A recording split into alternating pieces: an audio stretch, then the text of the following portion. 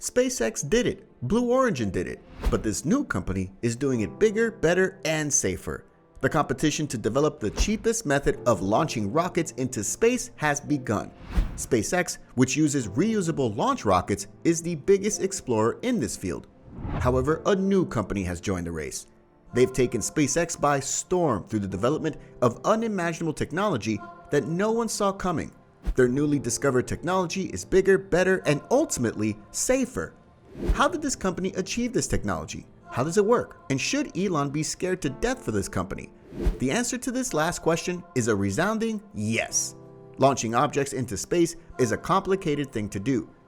2, 1, 0. First of all, the object needs to be traveling at about 28,400 kilometers per hour to reach orbit. And secondly, the object must endure the stress of traveling under such speeds and harsh conditions of the atmosphere, like breaking wind barriers. This generally makes space launches very costly and highly unreliable. With the invention of new technology, different space companies have been seeking to provide solutions to the problems faced during space launches. There have been many futuristic ideas for making space launch rockets cheaper and safer, from air-breathing rockets to reusable launch vehicles. But there's one company that has tried and failed before and can now breathe a sigh of relief. Yep, it has just gotten the right idea to fix the issues hindering consistent space launch. The name of this company is SpinLaunch. SpinLaunch has been developing alternative launch systems into space since 2015. They have successfully built the world's first kinetic space launch system. Their idea is quite fascinating, so let's talk about it. Their plan is in the name. They plan to spin rockets up using a gigantic centrifuge at a tremendous speed and then launch them into space. As straightforward as that sounds, it's a little bit more complicated. The spinning of the centrifuge takes about an hour to reach the necessary speed for the rocket launch. The centrifuge used by SpinLaunch is a vacuum chamber centrifuge that revolves about 7,000 kilometers per hour.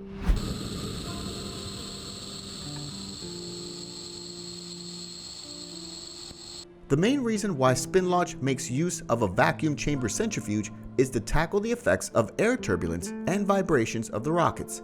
Once the rocket is spinning fast enough, a door attached 35 degrees from the center point of the centrifuge is opened for a split second, and the rocket is released through that door. Once released through the door, the rocket travels about 61 kilometers upward before a small engine is ignited from the rocket's body to increase the speed to about 28,000 kilometers per hour.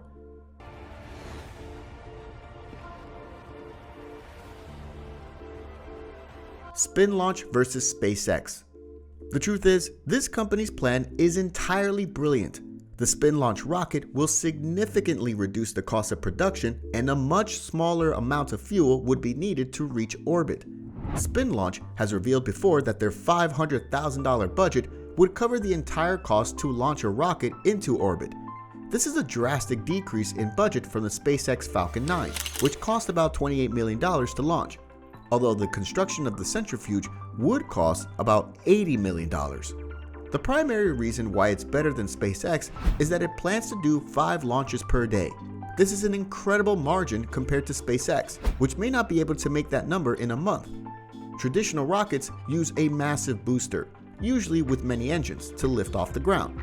That means that when the rocket takes off, the bulk of its mass is fuel, with only a tiny percentage of its total mass available to deliver payloads. This is totally different from SpinLaunch. SpinLaunch's approach seeks to flip the rocket equation by increasing the size of the rocket and reducing its cost.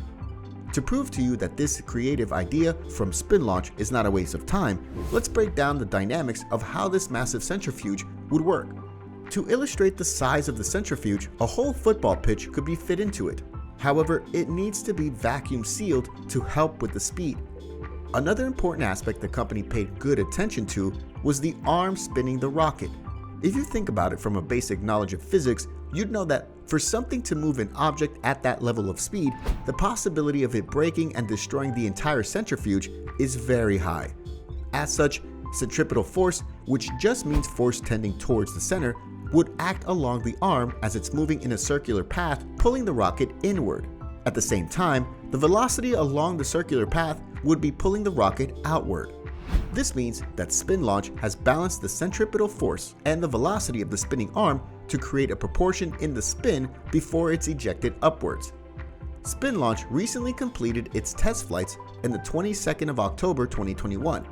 Its initial suborbital flight used around 20% of the centrifuge's entire power output during the launch, reaching a test altitude of about 12,000 feet.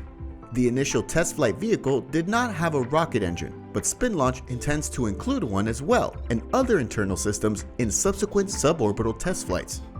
The company also hopes to retrieve and reuse its vehicles for other flights into orbit. SpinLaunch's current test plan means that they plan to execute around 30 suborbital test flights from Spaceport America over the next 6 to 8 months. To get to this stage, they would need lots and lots of funding. SpinLaunch has received $110 million in funding from Kleiner Perkins, Google Ventures, Airbus Ventures, Catapult Ventures, Lauder Partners, and McKinley Capital. This definitely isn't enough because the company would need more funding to carry out more beta tests and possibly overthrow SpaceX. One extraordinary thing about this company is that they aren't just thinking about launching rockets alone, but they also want to take a shot at launching satellites. A giant centrifuge called the L100 Orbital Mass Accelerator, which would work on a similar concept, is being designed to launch satellites weighing thousands of pounds. According to the company, advances in electronics and testing have proven satellite systems are capable of withstanding such conditions.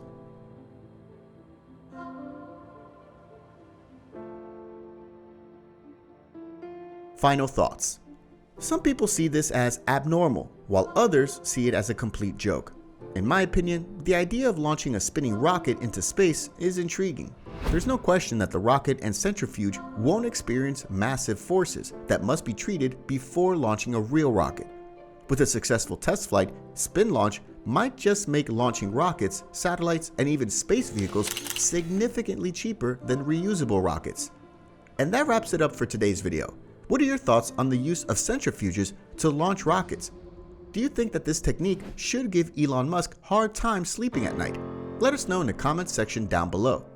Thank you once again for watching and staying with us till the end. If you found this video interesting, feel free to give us a big thumbs up, share, and subscribe to this channel for more exciting content.